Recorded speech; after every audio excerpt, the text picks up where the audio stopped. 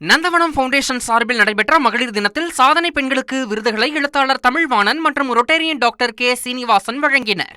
திருச்சி என்றாலே திருப்பம், திருச்சி என்றாலே எழுச்சி, திருச்சி என்றாலே உணர்ச்சி, திருச்சி என்றாலே மகத்தான வெற்றி.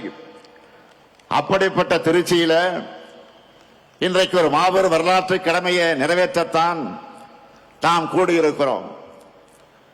1956 இதே திருச்சி மாநாட்டில் தான் லட்சக்கணக்கான தொண்டர்கள் வாக்களிக்க கழகம் தேர்தலில் போட்டியிட வேண்டும் என்ற முடிவை பேரறிஞர் அண்ணா அவர்கள் எடுத்தார்கள்.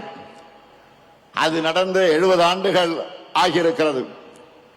இந்த தருணத்தில் தந்தை பெரியாரால் கொள்கை உரம் பெற்று பேரறிஞர் அண்ணா அவர்களால் பக்குவப்படுத்தப்பட்டு தமிழக தலைவர் கலைஞர் அவர்களால் வழிநடத்தப்பட்ட நாம தான் தமிழ்நாட்டை தொடர்ந்து ஆள வேண்டும் என்ற உறுதியை இந்த மாநாட்டில் எடுத்துக்கொள்ள வேண்டும்.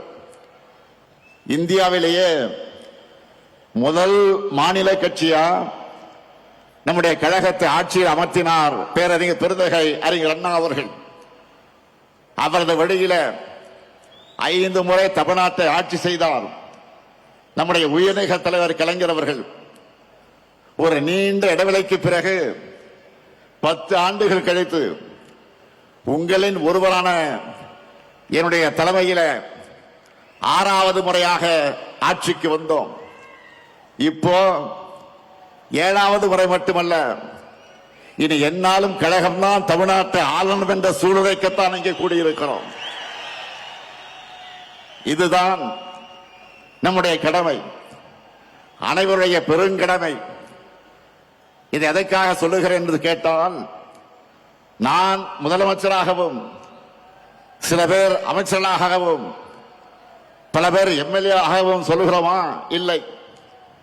நம்ம தமிழினத்தை காக்க தகுதியும் திறமையும் உழைப்பும் கொண்ட ஒரே படை நம்முடைய கருப்பு சிவப்பு படைதான். நமக்குன்னு ஒரு மாபெரும் வரலாறு இருக்கிறது, நமக்கென்று ஒரு லெகசி இருக்கு. தமிழை காத்தவர்கள் நாம், தமிழ்நாட்டுக்கு பெயர் வச்சவங்க நாம், நம் மாநிலத்தை எல்லா நிலையிலும் உயர்த்துறவங்க நாம். இப்ப கூட தமிழ் மண்ணுக்கு காவல் அரணா இருக்கிறவங்க நாம தான். தமிழ்நாடு நம்மை நம்பித்தான் இருக்கு, நாமும் தமிழ்நாட்டை நம்பித்தான் இருக்கிறோம். அதற்காகத்தான் சொல்லுகிறேன், திராவிட முன்னேற்ற கழக ஆட்சி தொய்வில்லாமல் தொடரணும். அதற்காக நாம உழைக்கணும், அதற்காகத்தான் சூழலைக்கணும். இந்த நேரத்தில் தந்தை பெரியார் 1971 தேர்தலின் போது சொன்னதை நினைச்சு பார்க்கிறேன். திமுக ஆட்சி தொடர்ந்தாதான் தமிழ் சமுதாயம் எதிர்பார்க்கிற முன்னேற்றம் ஏற்படும். இப்பவும் தந்தை பெரியார் சொன்னதை மனசுல வச்சு நம்முடைய பயணத்தை தொடரணும்.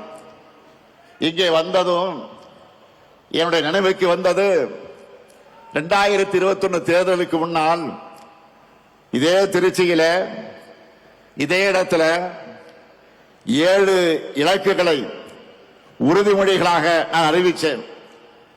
அதில் முதல் இலக்கு வளரும் வாய்ப்புகள், வளமான தமிழ்நாடு. 2வது இலக்கு மகசூல் பெருக்கம், மகிழும் விவசாயி. 3வது இலக்கு குடிமக்கள் அனைவருக்கும் குறையாத தண்ணீர். 4வது இலக்கு அனைவருக்கும் உயர்தர கல்வி, உயர்ந்த மருத்துவம். 5வது இலக்கு எழில்மிகு மாநகரங்களின் மாநிலம். 6வது இலக்கு உயர்தர ஊரக கட்டமைப்பு, உயர்ந்த வாழ்க்கை தரம். 7வது இலக்கு அனைவருக்கும் அனைத்துமான தமிழ்நாடு. நெஞ்சை நிமிர்த்தி சொல்லுகிறேன், இந்த 7 இலக்குகளையும் நம்முடைய 5 ஆண்டு ஆட்சியுடைய திட்டங்களால நிறைவேற்றி காட்டியிருக்கிறோம். அதனாலதான் மக்கள் மகிழ்ச்சியாக இருக்காங்க. இதையெல்லாம் நம்முடைய எதிரிகளே இன்றைக்கு மனசுக்குள்ள ஒத்துக்கொள்வாங்க. காரணம் யாராலும் மறுக்க முடியாத உண்மை இது. தமிழ்நாட்டை தொடர்ந்து புறக்கணிக்கிற ஒன்றிய பாஜக அரசு கூட நம்பர் 1 மாநிலம் தமிழ்நாடுன்னு சொல்றாங்க.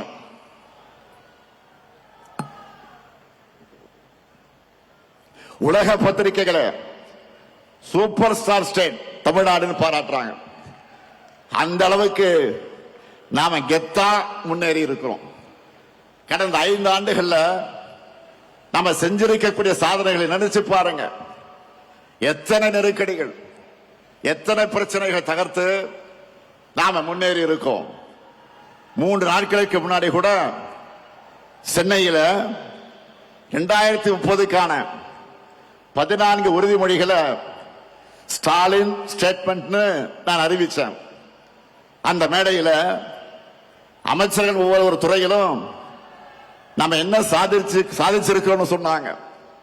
5 ஆண்டுகள்ல ஒரு மாநில அரசால இவ்வளவு பண்ண முடியுமான்னு எல்லாரும் பிரமிச்சு பார்த்தாங்க. நமக்கே மலைப்பா இருந்துச்சு. நம்முடைய சாதனைகளை பிபிடி போட்டு காட்டணும், டிவியில போட்டு காட்டணும்.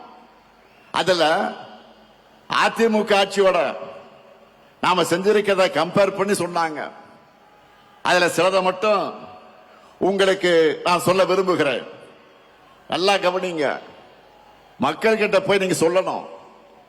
கடந்த 2011 மன்னிக்கணும் 2016 2021 அதிமுக ஆட்சியில தொழில் முதலீட்டுக்காக போடப்பட்ட புரிந்துணர்வு ஒப்பந்தங்கள் எவ்வளவு தெரியுமா? 471. இதுவே நம்ம திராவிட மாடல் ஆட்சியில 1190 புரிந்துணர்வு ஒப்பந்தங்கள் போட்டிருக்கிறோம். கடந்த கால ஆட்சியில ஈர்த்த முதலீடு, அதிமுக ஆட்சியில ஈர்த்த முதலீடு 4,13,414 கோடி தான். ஆனா நம்ம ஆட்சி காலத்துல 12,54,133 கோடி ரூபாய்க்கான முதலீடுகளை ஈர்த்திருக்கிறோம். 3 மடங்கு அதிகம். 2016 21 புதுசா 4 சிப்காட் தொழிற்பூங்காக்களை தொடங்கினாங்க. அதிமுக ஆட்சியில் 4 தான் சிப்காட் தொழிற்பூங்கா. ஆனா நாம 33 புது சிப்காட் தொழிற்பூங்காக்களை தொடங்கி இருக்கிறோம். ஸ்டார்ட் அப் நிறுவனங்கள் எடுத்துக்கிட்டா 2021 வரைக்கும் இருந்த எண்ணிக்கை, அதிமுக ஆட்சியில் இருந்த எண்ணிக்கை எவ்வளவு தெரியுமா? 2045. இப்போ நம்ம ஆட்சியில 13,500க்கு மேற்பட்ட ஸ்டார்ட் அப் நிறுவனங்களை நம்ம ஆட்சியில் தொடங்கி இருக்கிறோம். அடுத்து வேளாண் துறை 2016 21 வரைக்கும் அவங்க ஆட்சியில் 57.26 லட்சம் ஹெக்டராக இருந்த மொத்த சாகுபடி பரப்பை இப்போ 62.32 லட்சம் ஹெக்டராக உயர்த்தி இருக்கிறோம். 5 வருஷத்துல 5 லட்சம் ஹெக்டேர் உயர்ந்திருக்கு. கடந்த ஆட்சி காலத்துல 1.3 லட்சம் விவசாயிகளுக்கு தான் இலவச மின் இணைப்பு கொடுத்தாங்க. ஆனா நம்முடைய ஆட்சியில 2 லட்சத்துக்கு அதிகமான விவசாயிகளுக்கு இலவச மின் இணைப்பு கொடுத்திருக்கிறோம். நந்தவனம் ஃபவுண்டேஷன் சார்பில் நடைபெற்ற மகளிர் தினத்தில் சாதனை பெண்களுக்கு விருதுகளை எழுத்தாளர் தமிழ்வாணன் மற்றும் ரொட்டேரியன் டாக்டர் கே. சீனிவாசன் வழங்கினர்.